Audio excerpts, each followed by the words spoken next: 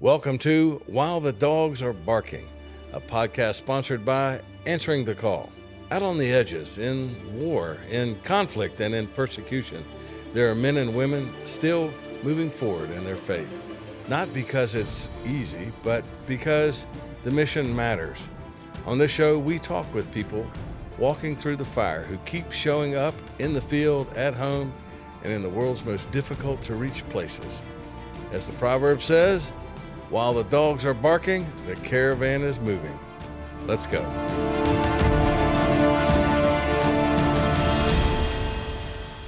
Let me welcome you today to our podcast, While the Dogs Are Barking. This podcast is brought to you by and sponsored by Answering the Call.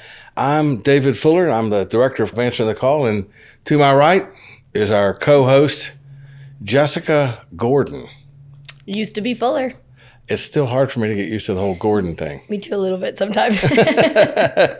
Well, we're here today, and she's a longtime supporter of ATC, a traveler. Do you know how many places you've been to? I think it's like 32 countries, but multiple times to lots of them. Wow, you had a really tough upbringing. It's my daughter, Jessica, and you had a tough upbringing, huh? I will say, as a kid, I did not appreciate it as much as I do as an adult. So I'm super excited to be here, and I was told like maybe a week ago that I was going to be doing this, so yay! But I walked in, and to walk into Mesa's studio, who did a lot of filming for ATC in the early days. So I know that we used to spend time in old studios. This one is a little bit fancier. Oh, this is like kind of slick, huh? Yeah, I'm excited about it. But then to have our guests walk up the stairs, I'm looking at the audience over there. And some of them I've known almost my entire life. So it kind of feels like very old school. Well, it's nostalgic, I think might be the word. So we have some special guests today from Nigeria. Very special. And I think it's very important because as I hear there's a lot going on in Nigeria, you've seen things on the news and all over social media, but I'll be honest and say I don't really know a lot of the situation. So I would love if you would give some details of that. Well, I'd be glad to. First of all, let me say, the name of the podcast is While the Dogs Are Barking. Well, in Nigeria, our guests today, these guys, they're facing some pretty loud barking dogs, and we'll get into the detail of it with them as they come. But in essence, I mean the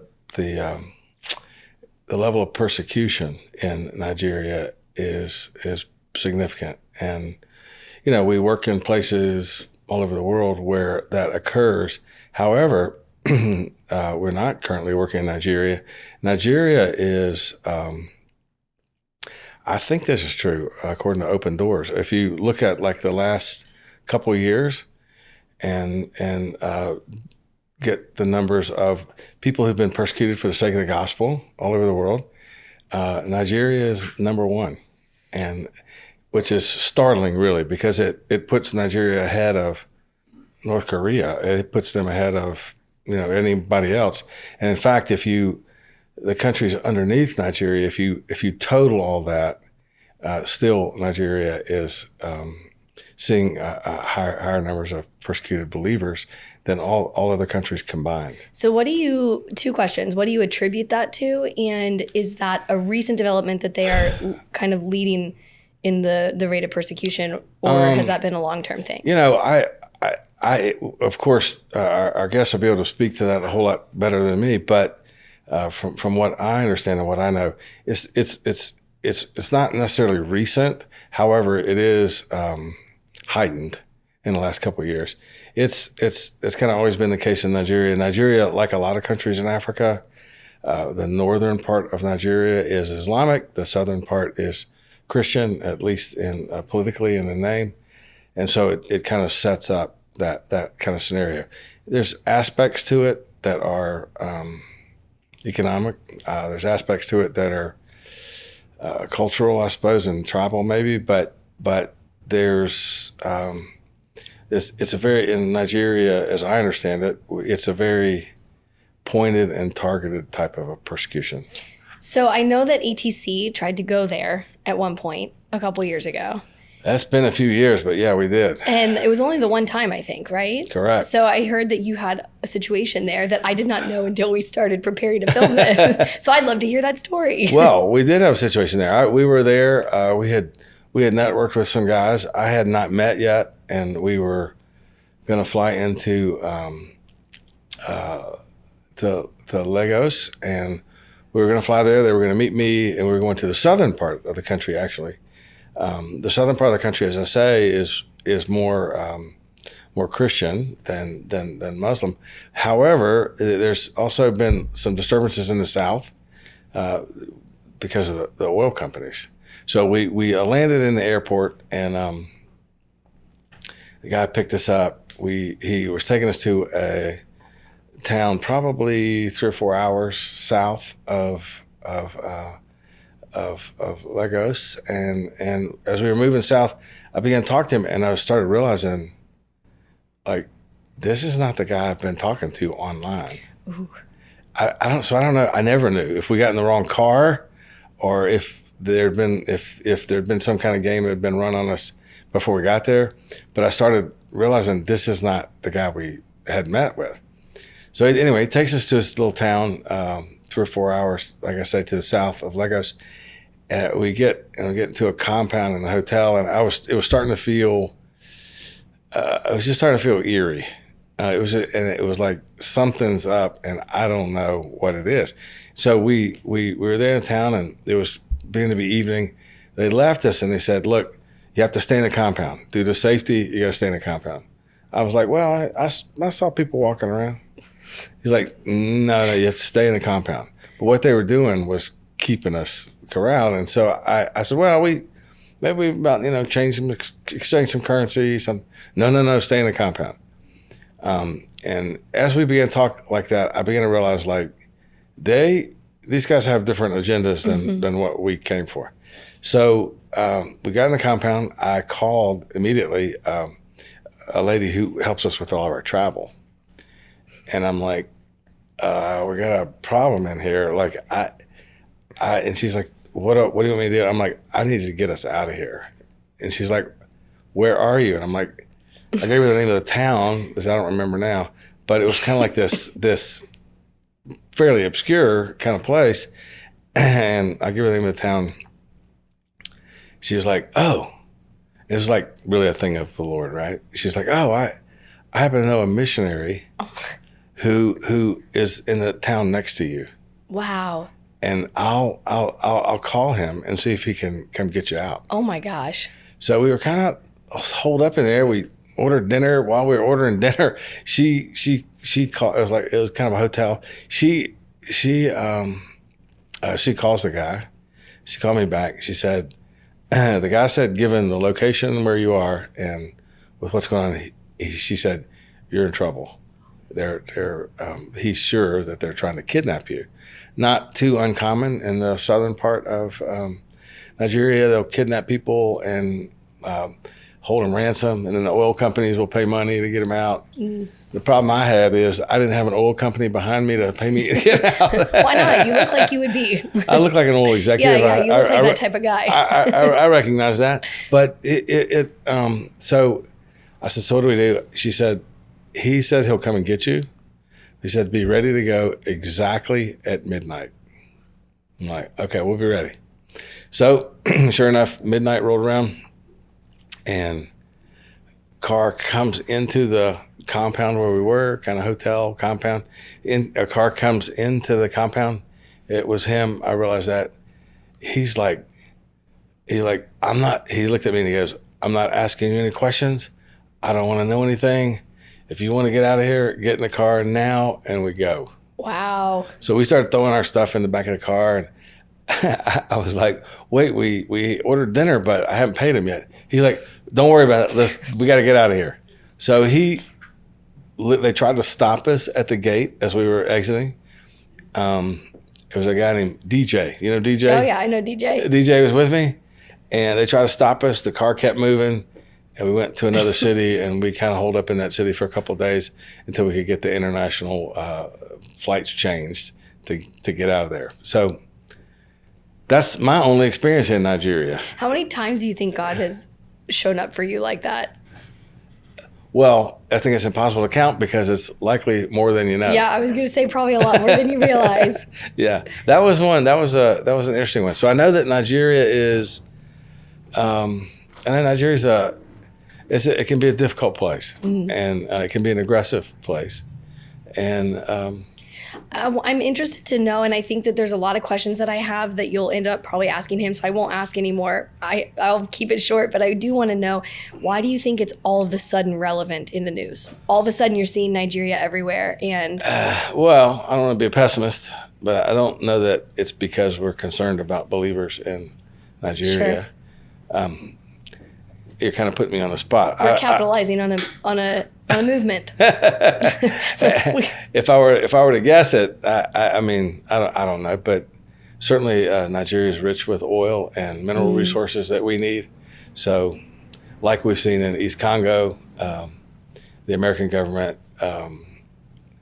has taken an interest. I don't know what their agendas are. But there's an interest. I would think so. Yeah. I would think. This will be interesting. Well, I'm super excited to hear from our guests and hear more details about it, because I feel like that's where I'm going to learn a lot. Yeah, I feel like I'm going to learn a lot. Yeah, it'll be really good. So I'm going to let you introduce him. All right. We're going to bring our guest on. It's Archbishop Benjamin Kwashi.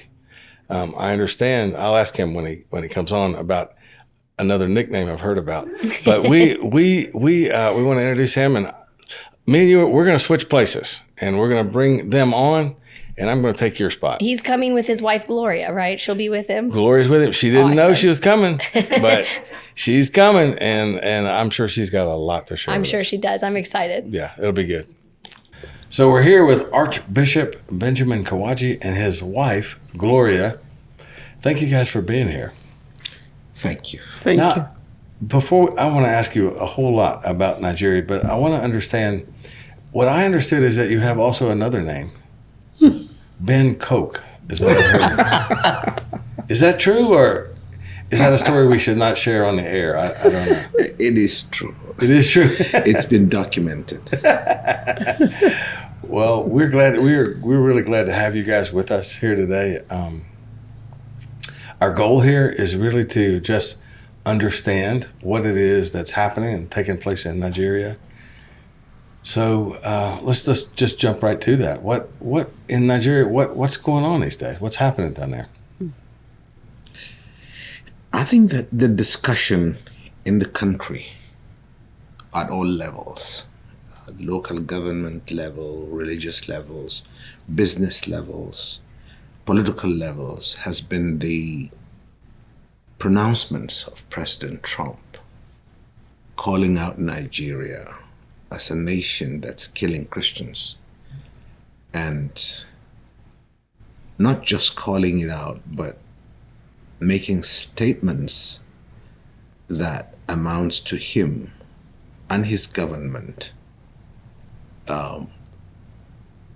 making decisions to take definite actions if the genocide is not stopped. And he's specific on getting on to the terrorists and their sponsors, and specifically also that he might take other actions that would not make many Nigerians happy who are found to be involved in this kind of heinous activities. So his statement has sparked off all kinds of discussions everywhere. There are those who say there is not a Christian genocide. There are those who said, oh, there are more Muslims killed than Christians. There are those who are saying, oh, well, America is trying to come into Nigeria to take our resources. And there are those who are saying that America is just it has its own interests, and it wants to make sure that Nigeria is torn apart and all of that. All those discussions are going on, but it does not change the fact that over the years, there has been killings, specifically genocidal killings of Christians. And it is not because we say so as Christians. No, it is because the killers say so. Boko Haram said so, and that they were doing it in the name of Islam. ISWAP, which is Islam in West Africa province, also says so, and that they are doing it in the name of Islam. The Fulani killers also, militia, they do so and, say they are doing it in the name of Islam. And even criminals who may just be criminals of any sort, since it has become impossible for Nigerian government to take a particular decisive action against terrorists who are doing this and calling the name of Islam, it has even made criminals also hide under the name of Islam to also perpetuate their crime. This is way apart from the imported bandits who have come from the Sahel, who are clearly also jihadists and terrorists. And they destroy farms, they destroy harvests, they slaughter literally men, women, and children. They even tear apart pregnant women and feed babies to their dogs. What? This is the discussions that are going on now in Nigeria. Now, the major part of it is it really happening? Is it true? Or is it not true? Well, okay, let me back you up just a second, because you're using a word that I have not attached to this. You're using the word genocide. So help me understand, like, why would the genocide? We think in terms of religious persecution as opposed to religious freedom, and even persecution to a point of death. But now you're talking about genocide. Help me understand why you would use that word. Okay, let me bring it to a context. We were born, both my wife and I were born in northern Nigeria. We've always lived with Islam. We've always lived with Muslims as friends, as brothers, as people we know.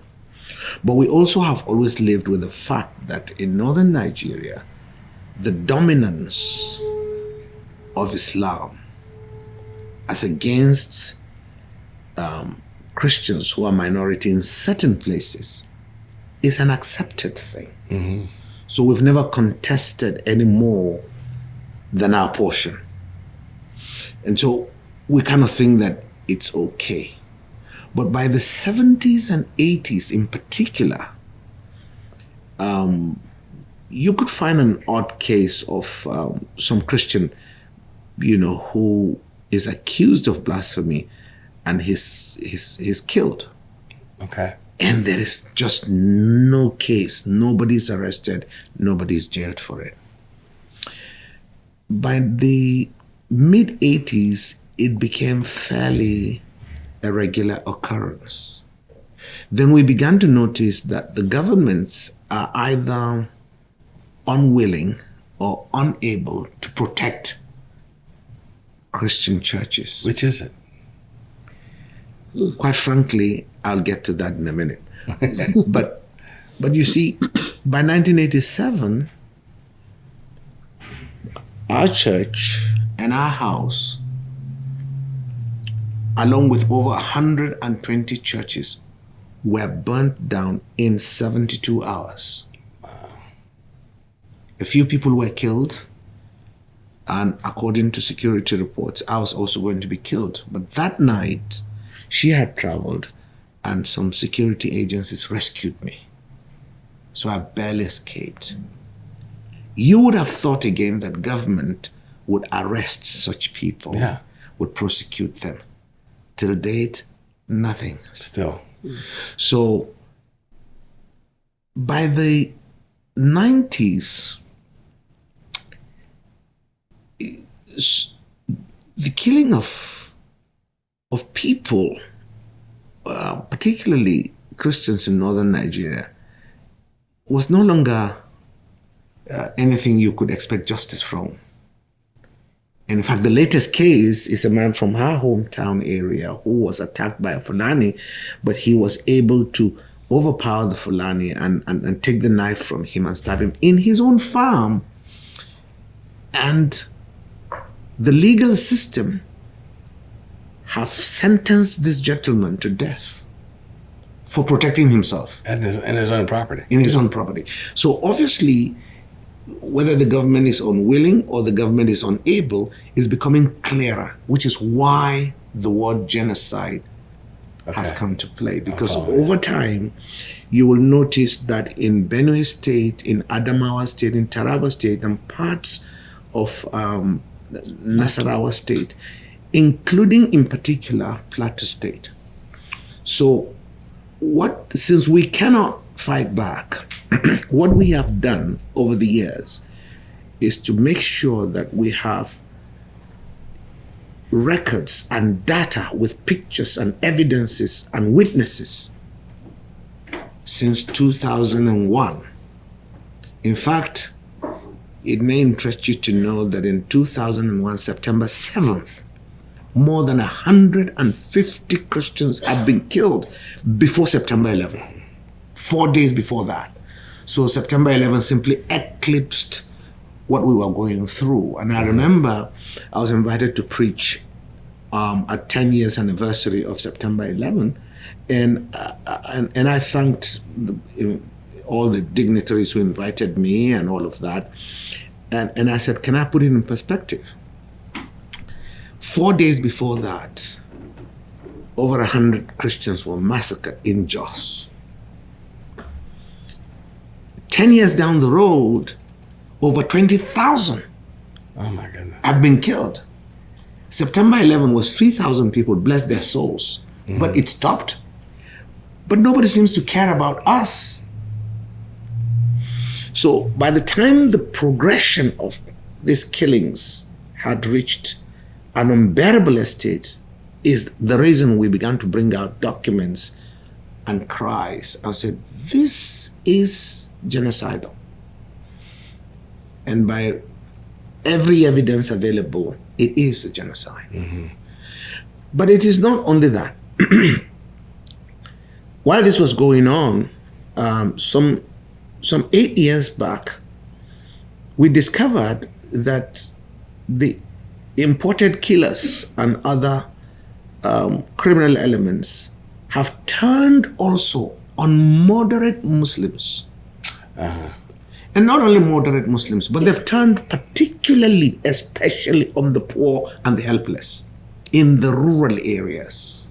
They massacre them, they rape them in the mosques, they dehumanize them. And so when you look at both on the Christian side and on the poor Muslim sides and the moderate Muslim side, there's no way in which you can deny that there's no genocide. Yeah. I've got, of course, 20 things running through my mind, but Gloria, he spoke of a time when he was targeted and escaped. Do you remember all that? Tell us your experience. I remember. I remember very, very well, but I'm not able to say everything it was. But when Ben, one of the particular times that, in fact twice, but the first one, I bore the grunt. I took the pains, and I knew that he was the one that was targeted. We had spoken, he traveled, we had spoken, and then he said he was coming. Later, he decided there was, I think something happened. He had to wait back. So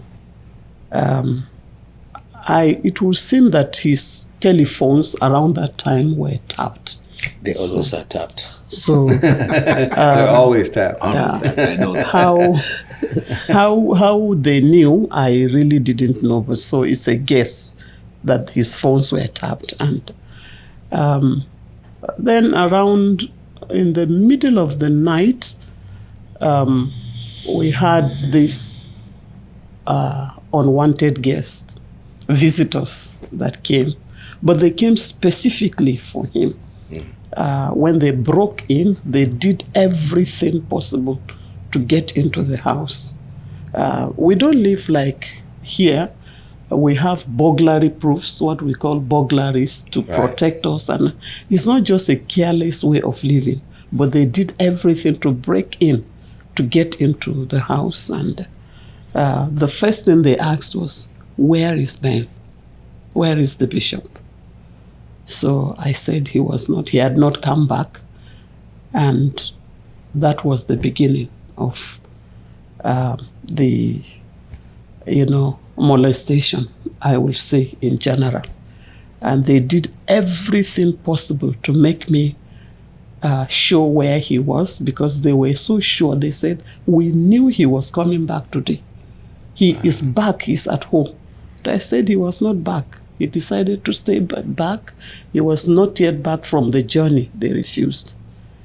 And they did all sorts of things. Gloria, do you find that we work in several places where there's war or where there's persecution? Do you find that what I see is that it's the women and the children who suffer the most? Is that true in Nigeria? It is true. It is very, very true. Because most times before it didn't used to be the case, because when people come to kill and they see women and children, they mellow down.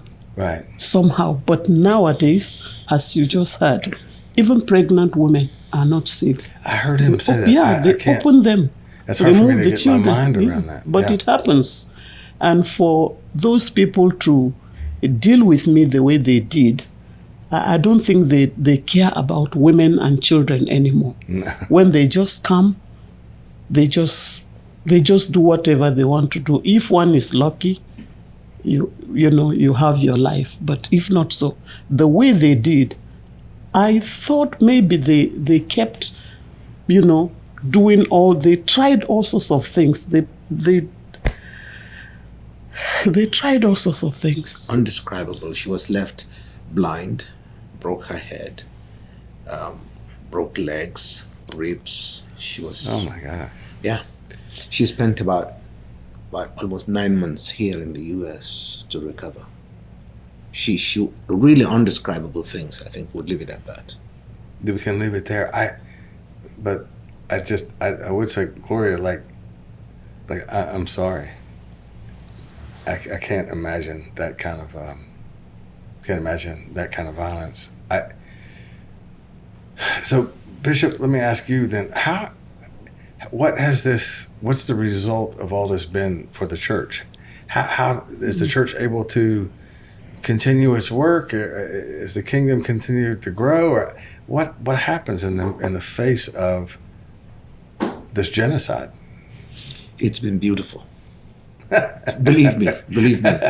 It's been beautiful, because when I saw, I was as a leader in the church on the plateau at that time. I was Archbishop, and it was part of my province. Actually, it was all my province. All my dioceses were there. Right.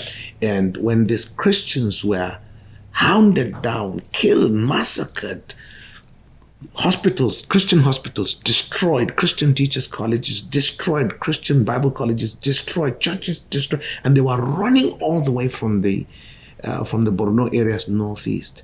The church on the plateau was at its best in hospitality. It was amazing.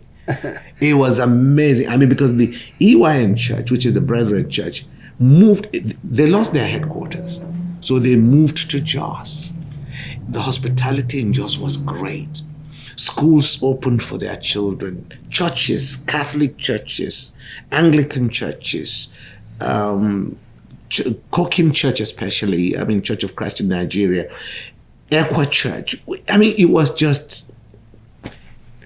I don't wish we see persecution, but this was great. But it's almost like the common threat or the common enemy or threat, it's like you're describing it actually brought unity to the body. It did. But even then, even with that also, when I say it's beautiful, you better believe it. Several Christian concerts, music, singing, praises of God, all over. Plateau just became a beam of light in the country for all of that. It's as though nothing was happening. But we'll go back home, you squeeze, whatever food you had, you share, which was part of how Gloria's ministry also began to blossom in taking in orphans and children who were helpless and all of that, all out of that situation. But the second thing that it did also is it sharpened the gospel. Explain that a little bit. Our Bible became the main authority. And bear in mind that we Anglicans, some part of the Anglicans are saying, no, the Bible, we cannot believe the Bible anymore, and all kinds of teachings were coming into that.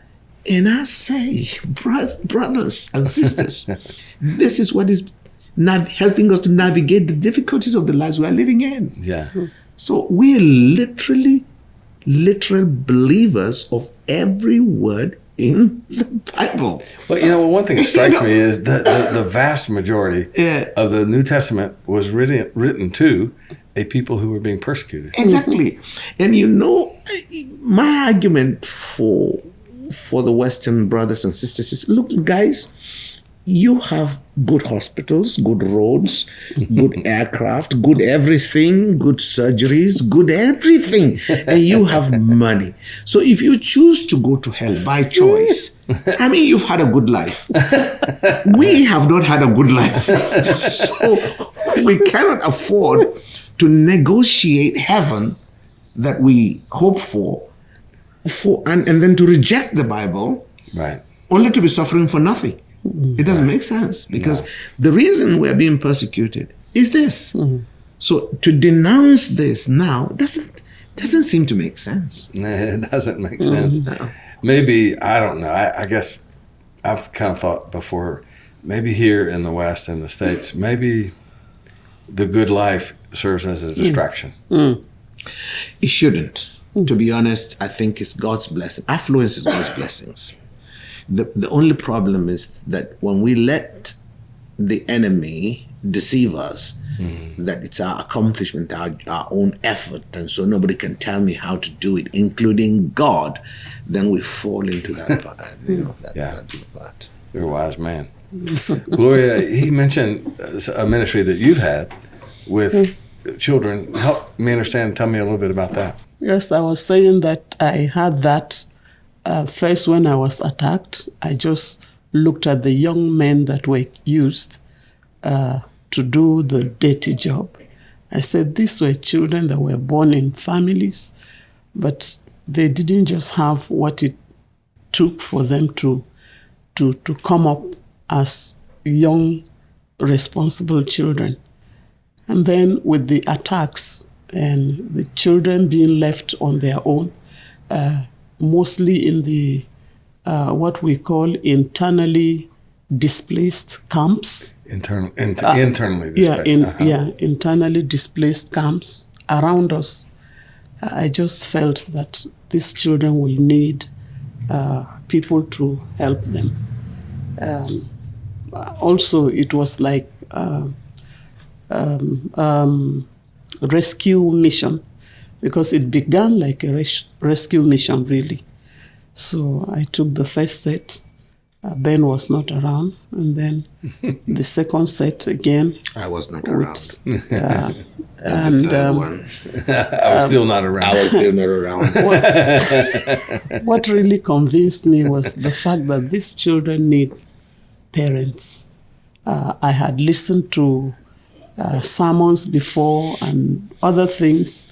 I'd seen orphanages and so on. But the Lord impressed it upon my heart that what these children really needed was to have parents. Not just... I must intervene there, because that's not how it really happened. I mean, you woke me up in the middle of the night and said, Ben, she couldn't sleep and she wouldn't let me sleep. She woke me up in the middle of the night and said, Ben, what do orphans need? I said, wow. Then I'm summarizing. No, excuse me. Let me tell them the truth. Let the world know. Then I said, Gloria, what orphans need is food, clothing, and shelter. She said, you're wrong. I said, so you know the answer, then why wake me up? She said, what these children need, orphans need, is parents. I didn't know that was a trap. Because now, she said, you are the father, I'm the mother, I'm going to bring the children. So that's how the number increased. And my wallet went for it. Yeah, I bet it did. Well, but it's true. If they're poor children, you call them poor children. Yeah. If they're street children, you call them street children. But if they're orphans, they're truly orphans because they have lost their parents. Right. And there is nothing you can do for these children if they don't have that parental love, parental care, and the opportunity to raise them in the faith. It's just, they may grow up with vengeance, with ingratitude, Sure. and all sorts of things. So, but God has helped us. But it strikes me what you're saying, because we think of orphans, and we're involved in several places around the world where there's orphanages. But these can be, not always, but they can be institutional. Yes. And what strikes me in what you're saying is like, yeah, okay, but God's institution for these children is family. Yeah. It's family. I went through an experience some years back, really trying to understand, like, what is church? And the only thing I could get from the Lord after a couple of years of really thinking that was, it's family. Yeah. And so what you're saying here is, it resonates with that. And I'm glad you trapped your husband. God saw that it was the right thing, and he dragged him into it because it was truly not easy. Yeah. So we're talking like, so how many children are we talking about? At the moment, we have 70 in our home. 71. In your because home? One just came in when Ben was not around. As usual. Yes. Yeah. So we have 71 children who bear our names because they also need identity. You know, they need to know that this is daddy, this is mommy, Right. and this is our home. And So it's not just you're not just giving them a place to live. no. You're raising them Yes. as if they're your own. Yeah.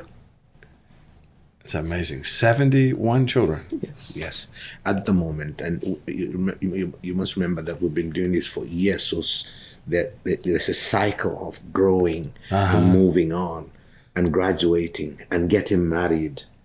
I know that this Christmas they're all going to come back again with their children, and so and many of them are going, not all of them, many of them are going to come for Christmas, you know. So, but at the moment, yes, 71. It'll be quite a reunion. Yeah. So you're saying 71 at the moment. Do you have any idea through the years how many? I want to regulate that. No. How many have passed through our hands? Exactly. Yeah. Oh yeah. Yeah. A lot. Let's guess. Let me guess. Maybe 50. 70 Maybe 50. plus 50. Around 50. Around 50 have moved out and have their own families. So we're talking over 100 Over children. 100. 125 No, children. over 100 over. plus. That's amazing. That's amazing. And so when you're thinking about all that's happening in Nigeria, what's needed? I think what's needed is first and foremost prayer for the persecution, because the persecution has reached an unbearable, literally unbearable situation and I will explain it so that you follow. Okay. When our farmers go to the farms, and this is subsistence farming, Correct. not by tractor or anything, it's hard labor. In the rainy season, which usually comes between May through to September, they go to the farms.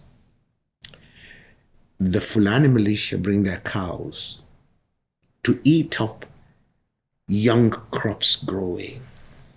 Yeah. And if any farmers dare challenge them, they lose their lives.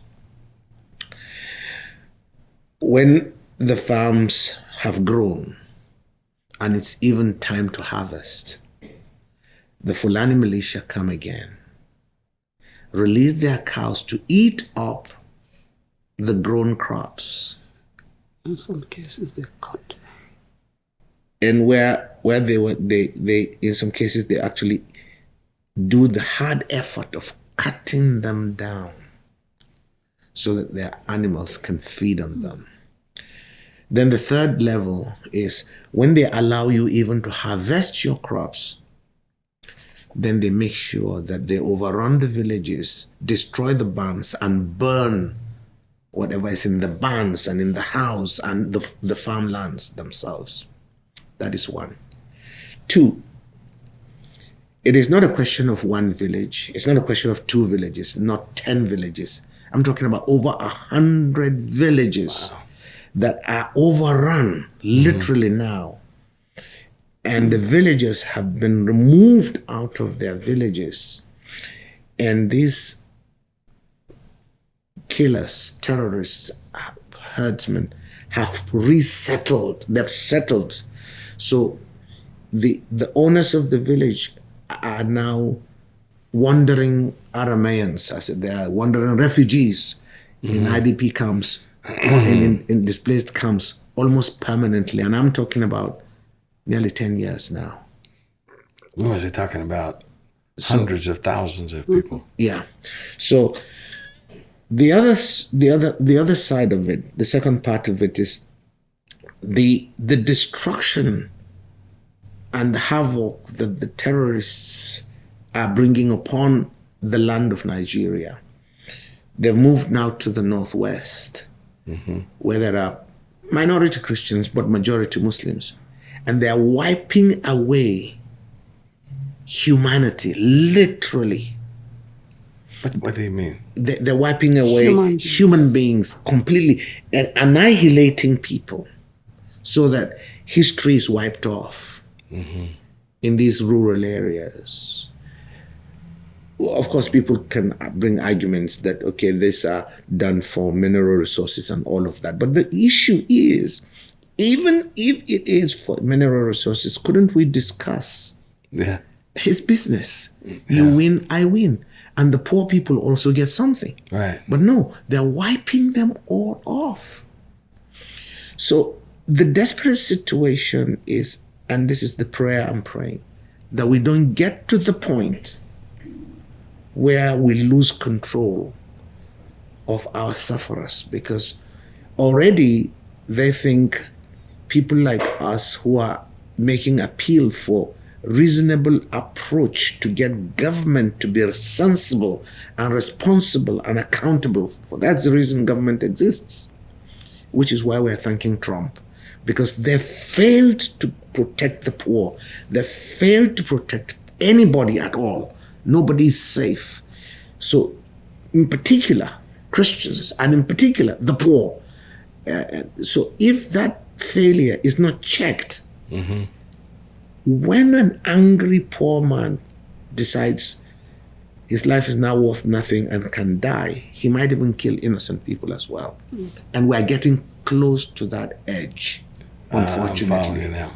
So if we're asking for prayers, this is an area, number one, I'd like prayers for. But number two, which is where the Western world, the Western church, doesn't seem to see as important, is solidarity. Quite a number of Western churches have invested their monies, and missionaries who have died and their graves are there. But we cannot now, at this point, abandon them and say, well, we've done our bit. Because your monies are there, the graves of your relatives are there. You should be able to say, hey, look, we're not abandoning you, Ben and Gloria and all of you there. We need to do something, and advocacy is needed, visits are needed, and any other form of support is also needed. So are there Western churches or Western Christian organizations who are working there, or how is that now? Yes. Particularly in Jos Plateau, we probably have the largest number of American missionaries in the whole country, because Jos Plateau has been so popular before I was born. I think that's God's will for our lives there. We're about 4,000 or 5,000 feet above sea level, temperate climate all year round, and anything grows on the plateau. Apples grow there, strawberries, cabbages, even Americans grow there. So anything can grow there. It's a beautiful place. If an American can grow, then it's a miracle. It is.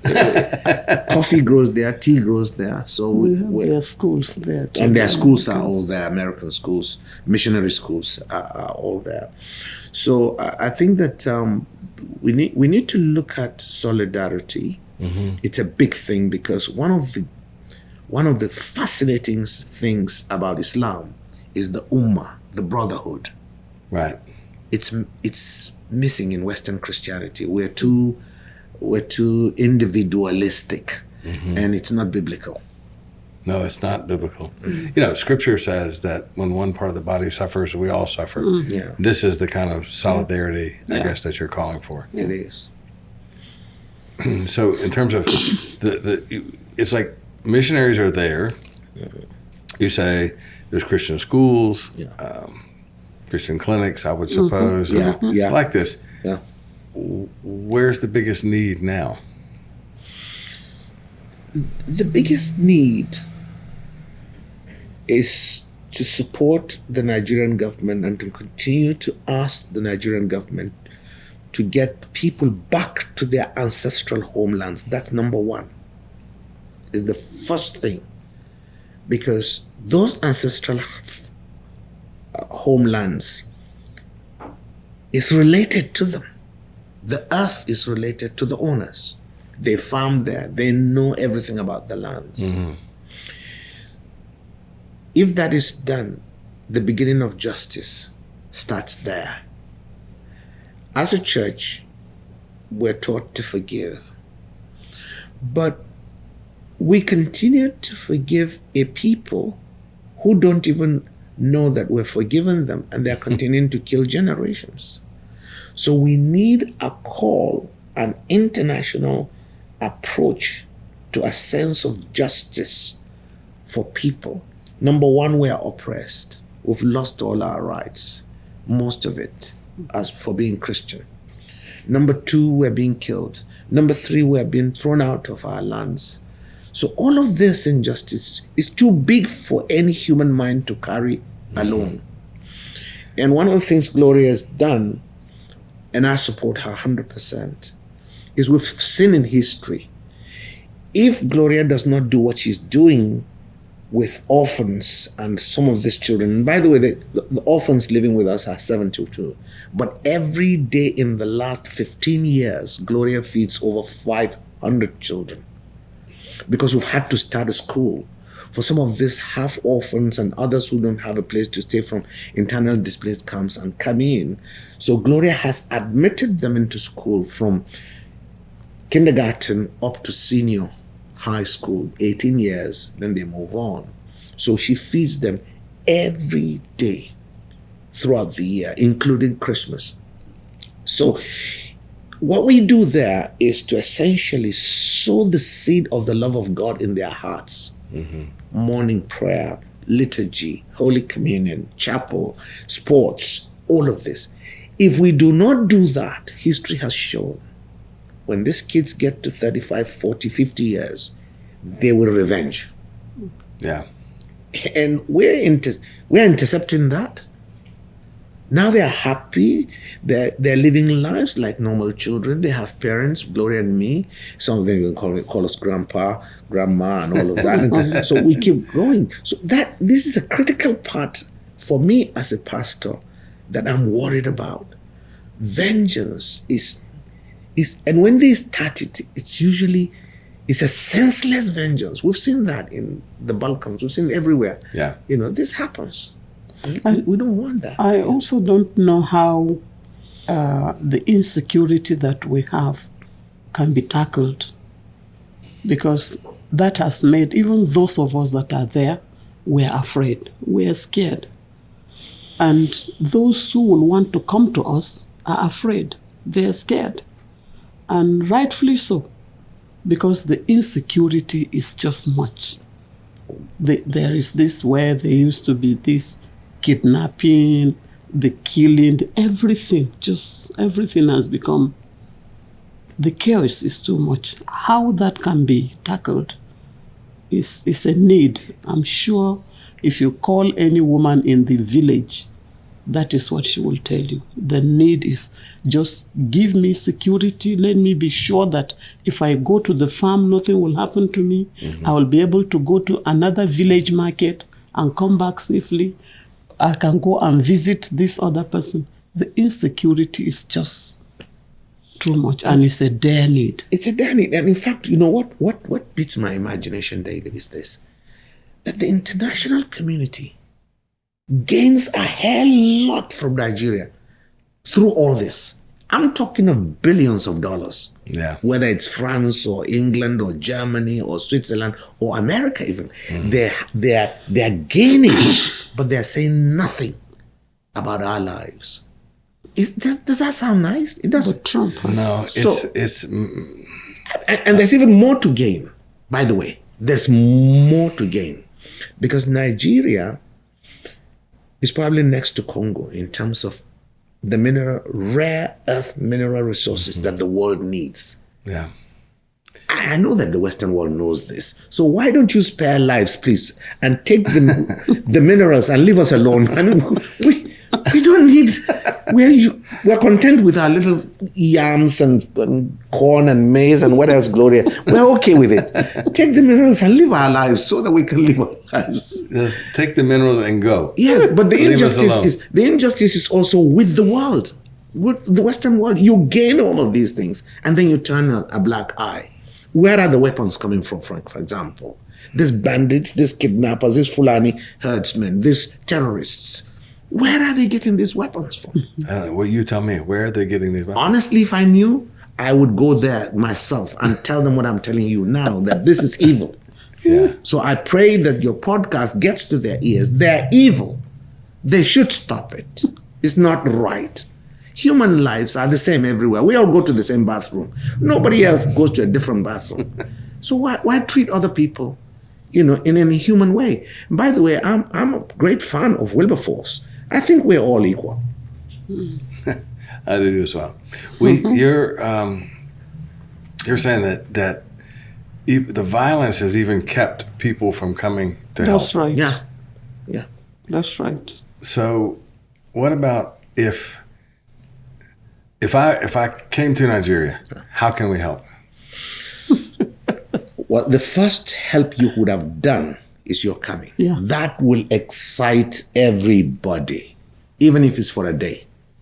And by the way, these days in Nigeria, you can come to Plateau State for a day and go back to America. You can fly from Roanoke to Atlanta. Atlanta, next morning, you're in Lagos. First flight to Jos, you're there. And then by evening, you finish, you take Atlanta in the night and you come back. It's possible now.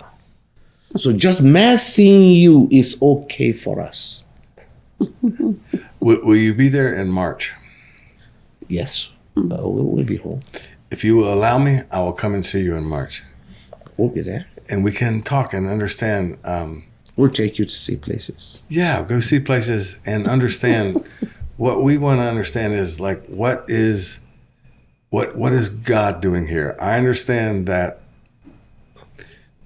governments are not, we've seen it. Governments are not our solution. No. Jesus is our solution. Exactly. And so what is Jesus doing here, and how can we come alongside that? I know sometimes missionaries from the West, they come and they think we come from the West. I'm American. We know everything. But me, I know. Well, I would love to come there, not to think I know everything, but to come there and learn what is Jesus doing here, and how can we come alongside and join him and join you in what he's doing there. No, I think that there are exceptions, because since we met Quig,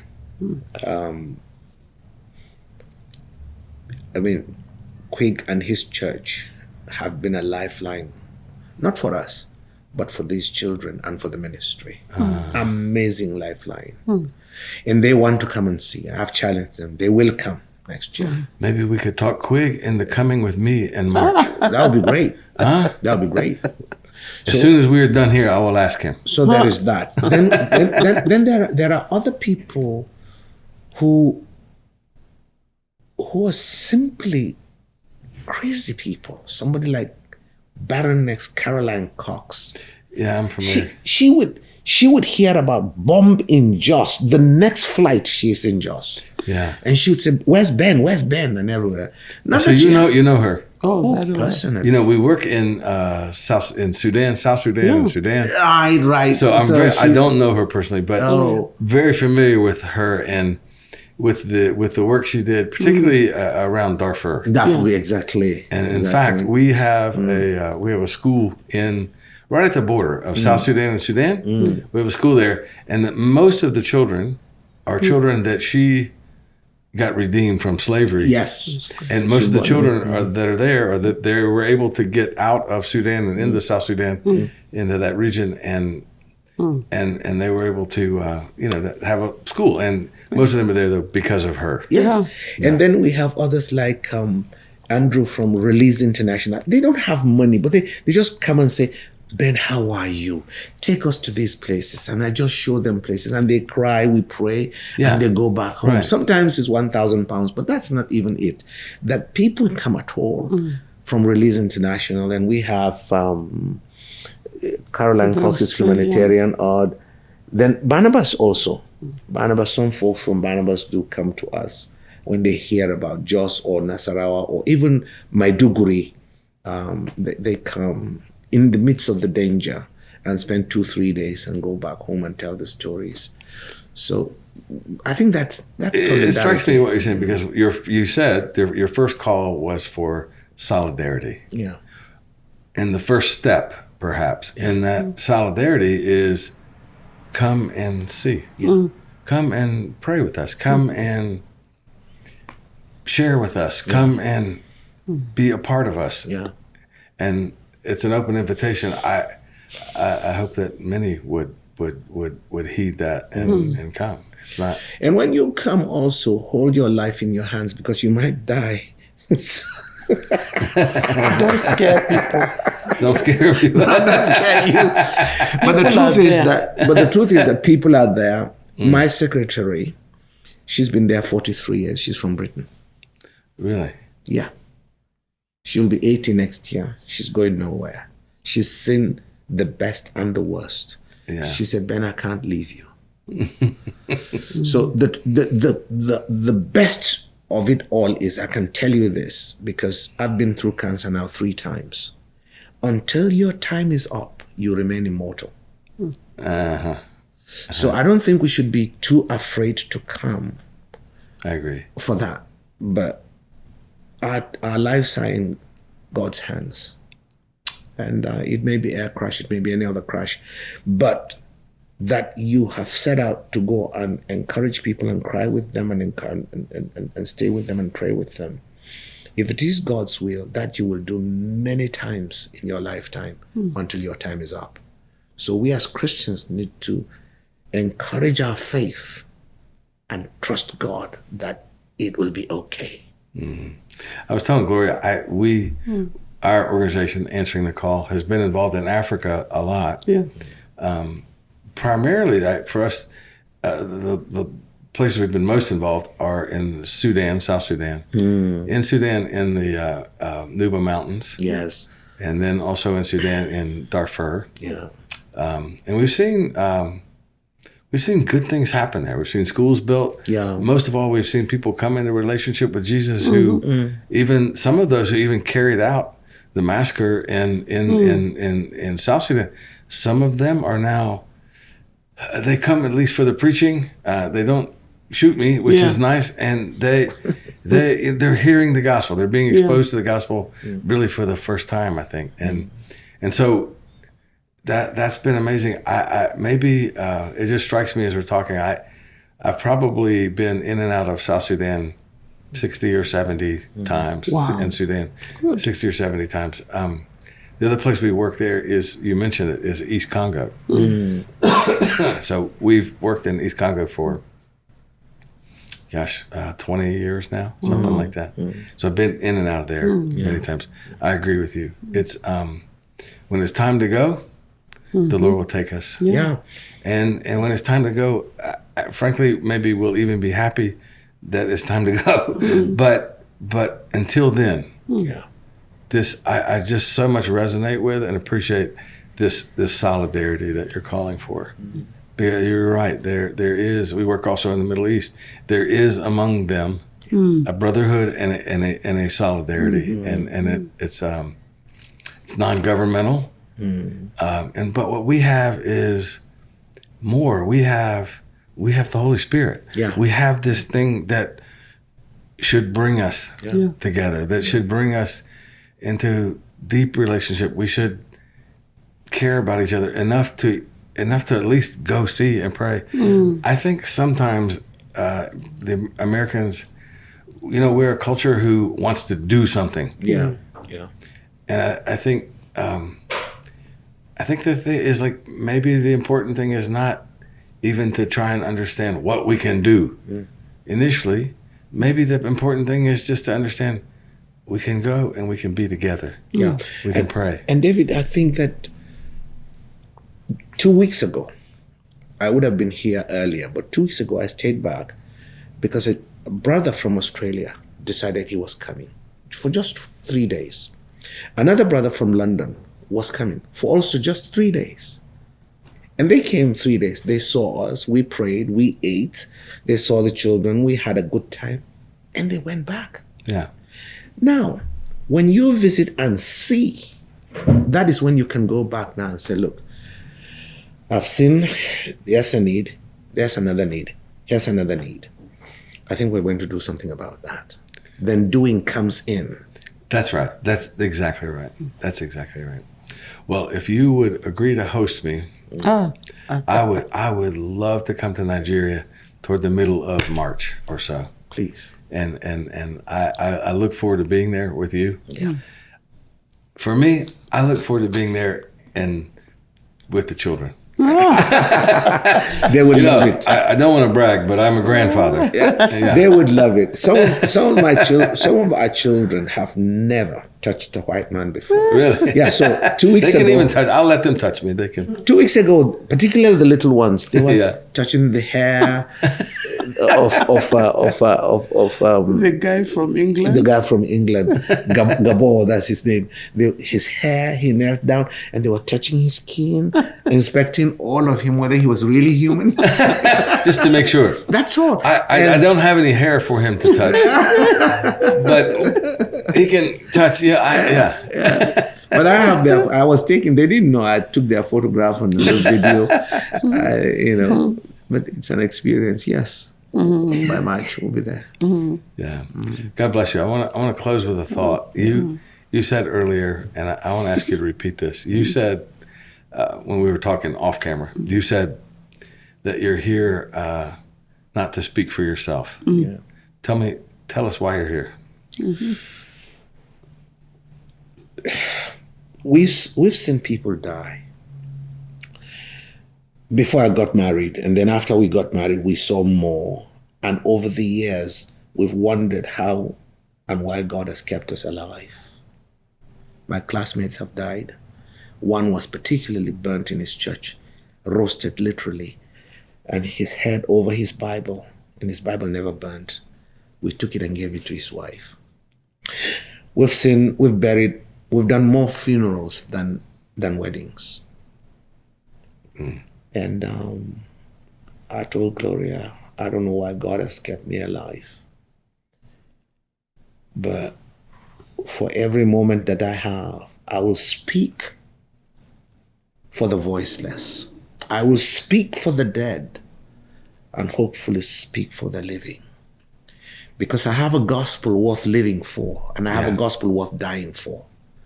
If they kill me now, I go to be with Jesus. If they leave me, the devil is in trouble. Either way, I'm in a good business. So I have to speak. So when I have an opportunity like this, it's a privilege, it's rare, and I don't want to miss that out at all. Jesus is Lord, and he's the Savior of my soul, and I pass it on to everybody else. Amen. Bishop, I'll see you in March. Until then, we pray for you. Amen. Pray for you. We pray for your safety. Amen. But more than praying for your safety, we pray that God continue to use you and bring people to Jesus, bring relief to the suffering. And I look forward to the day I get to walk off the plane and see you there. Amen. You're well. Amen. God bless you. Thanks, David. Hey, Thank Gloria, you. God bless you. Thank you. Thank you for having us. Thank you.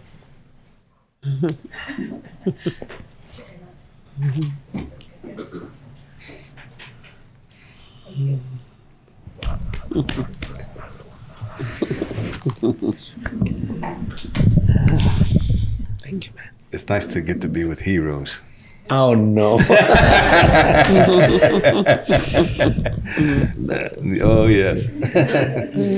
You know, one day we'll go to heaven, Yeah. and I'm going to come through the gate, Amen. and I'm going to say, where is Ben Coke. where's Ben Coke? And they're going to tell me, oh, his is the big house over there. Thank you. Thank you very much. It's God a bless rare you. privilege. We're very grateful. Thank you. Yeah. So, Jess, I have to say that was among the more fascinating interviews I've done. Heart-wrenching, I think. But what are your thoughts? What do you think? Well, what I was sitting there thinking was these are like true heroes of the faith. And That's what I think. it's so interesting because you work in a lot of different countries. And I know that what seems to be a common theme that I'm so excited about is we've seen it with partners in East Asia. We've seen it with partners in Africa to take care of the children, which is the future generation. It is. I think one thing that's happened to me, you have a couple children now. I do. So I've become a grandfather. As I've gotten older, I guess just the ministry and understanding the importance of, I have to, and we do a lot of things, but man, the kids, it is the future. It's the future. It's how they get their country back. It's how they find that freedom again, if ever. It's the future generation. So it's really admirable. And I would also like to say that I don't think you can play the, I have 7 grandchildren card because he's got you way beat. I'm still going to brag that I have 7 You can brag, grandchildren. but I think we found a winner. It's not a competition. Only because you're losing. That's not very appropriate. I just couldn't help but have that thought while you were sitting there, and I loved it. No, and if you want to lose to anybody, it's that guy. That's right. Yeah. I would have to agree that if it is a competition, He should win. he should win. Yep. Yeah, and his wife should win. Yeah. So thank you guys for being with us today. That was a special interview. We'll keep you updated as the year progresses because we got a promise from Bishop Kwashi. We got a promise from he and Gloria's wife that they'll host us there. So we'll start making plans and look forward to being there in March. We'll keep you posted what happens with all this. We appreciate that you continue to tune in to hear kind of stories from the road while the dogs are barking. Certainly, they have some dogs were barking pretty loud. And my prayer is that God could silence that barking and that we could be a part of helping silence some of that barking. So you can find Answering the Call on social media at ATC Missions or at their website, which is www.answeringthecall.org.